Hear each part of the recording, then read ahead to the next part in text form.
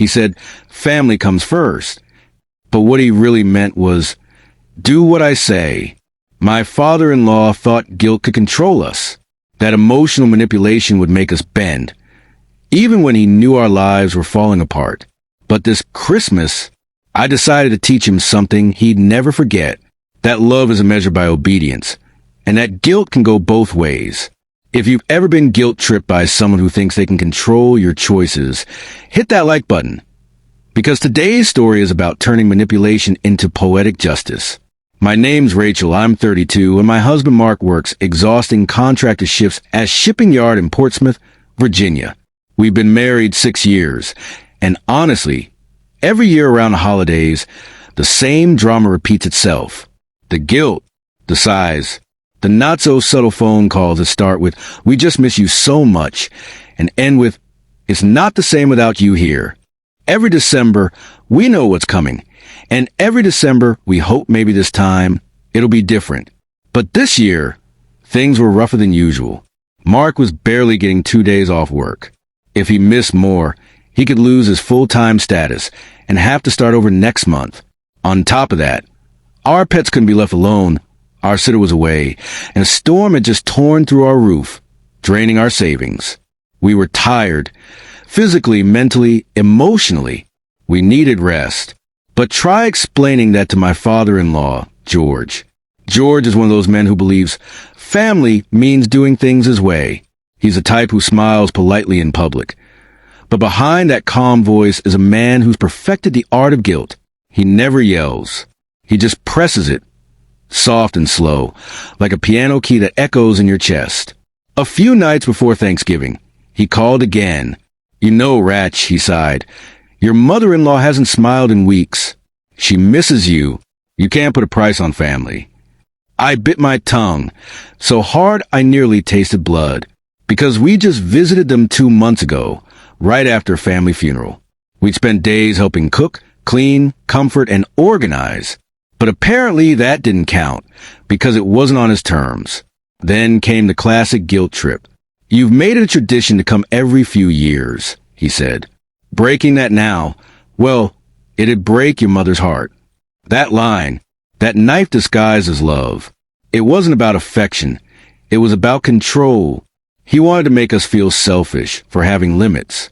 And that night, sitting on the couch with the phone screen glow in the dark, I finally snapped. My hands trembled. My heart whispered, "You're being unfair." But my head, my quiet, logical voice, whispered back, "No, Rachel, he's being manipulative." And that's when it clicked. Guilt only works if you let it. The next morning, while feeding our cat, I got an idea, a petty, wonderful, peaceful revenge idea. If George wanted us to spend time with family, fine. We'd do exactly that, but on our terms. I grabbed my notebook and started writing names. Every friend, cousin, and old neighbor we hadn't seen in years. Instead of a 10-hour direct trip to his house, we'd plan a full holiday road trip, visiting everyone else first. It would be our version of family time.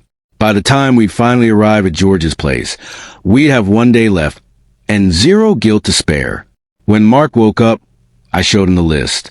"Wait, you mean we'll visit my college buddy, your Aunt Sophie, and the Browns before my parents?"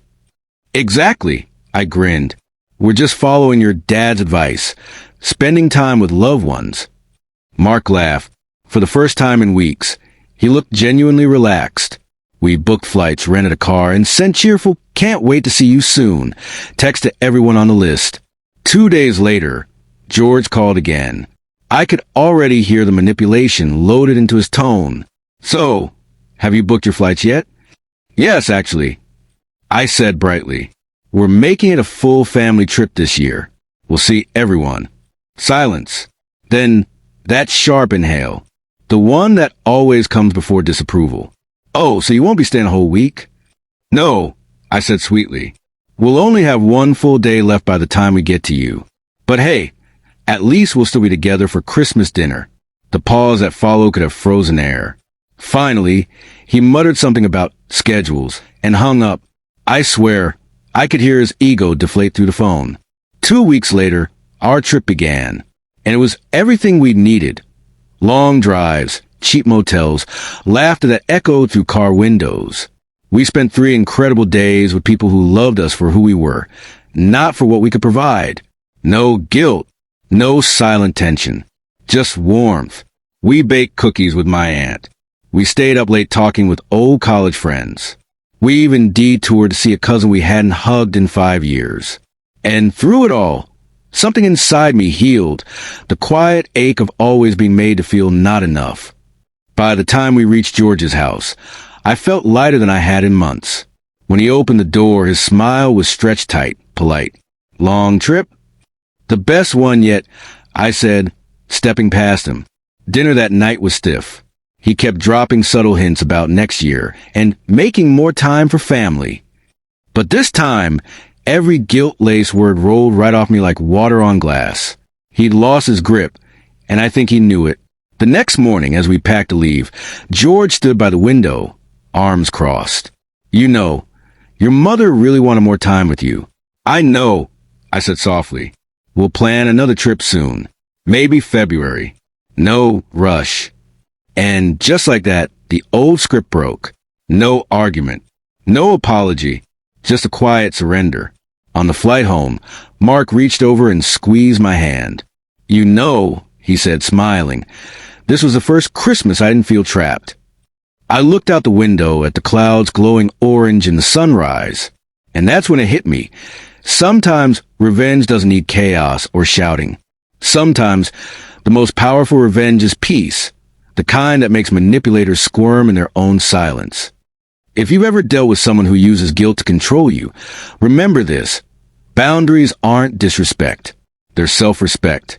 If this story hit close to home, drop a like, share it with a friend, and tell me in the comments, what's your version of peaceful revenge? And of course, subscribe for more true stories where karma gets creative.